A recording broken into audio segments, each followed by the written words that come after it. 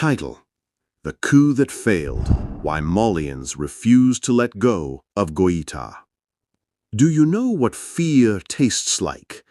Mariam, a shopkeeper in Bamako, leans forward over her counter, eyes sharp.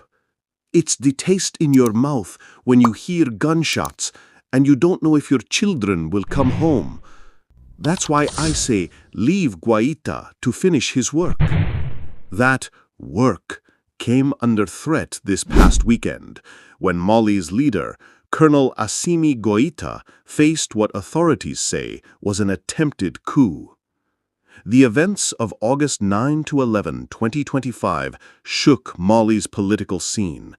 Authorities announced the arrest of dozens of soldiers accused of plotting to overthrow Colonel Assimi Goïta, Mali's transitional president.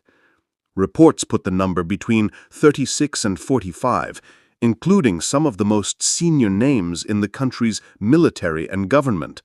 Among them, General Abbas Dembélé, former governor of Mopti, respected for his battlefield record; Brigadier General Nema Sagara, one of Mali's few high-ranking female officers. Prime Minister Shogul Kokala Maiga was also detained, along with over 40 others. For many Malians, these arrests were a shock, not just for who was accused, but because some were once close allies to Goïta. Whispers filled Bamako's tea stalls. How close was the betrayal? Who could be trusted now? Why the coup attempt matters. Goïta's government has been unapologetically firm. In May 2025, all political parties were dissolved, and a national dialogue recommended giving the president a renewable 5-year term. Elections were cancelled, postponed until security is restored. Western critics called this undemocratic, but in Mali's streets, many ordinary people disagreed. Omar, a schoolteacher, shrugged when asked about it. Democracy? In a war?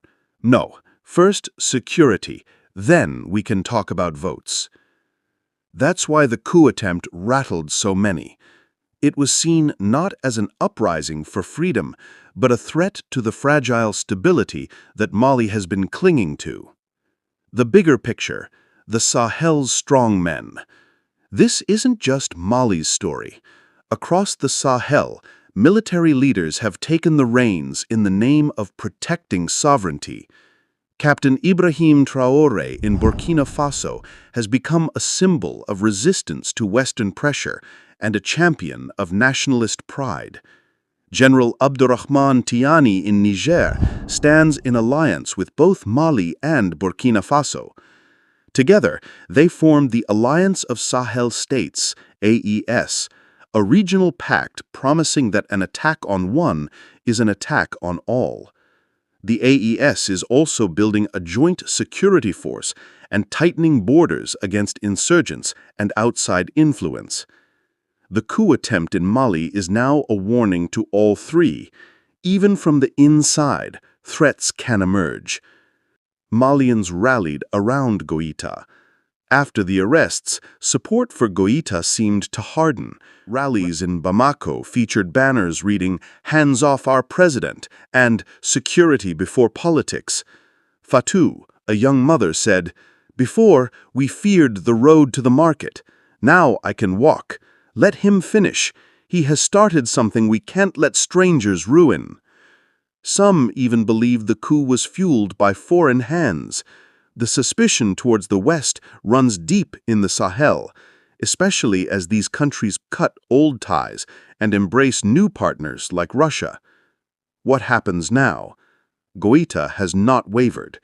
Security has been tightened, and the intelligence services are under orders to monitor even the president's closest circles. For Mali, Burkina Faso, and Niger, this is now a moment to buckle up, to guard against both open enemies and quiet traitors. Mariam, the shopkeeper, sums up the street mood. They can shout in Europe about democracy.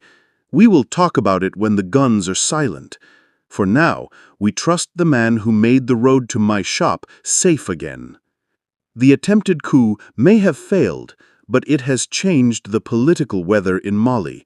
For Goïta, it's a reminder that in the Sahel, the battle is not only against insurgents, it's also against the shadows inside your own walls. And for many Malians, that only makes them stand closer to him. A Sahel-wide warning. The attempted coup is not just a Malian story. It sends a message across the Alliance of Sahel States, AES, which includes Mali, Burkina Faso, and Niger. These three military-led nations have formed a strong political and security bloc aimed at resisting foreign interference and strengthening internal stability. In Burkina Faso, Captain Ibrahim Traore is taking similar measures to consolidate his leadership while combating insurgencies.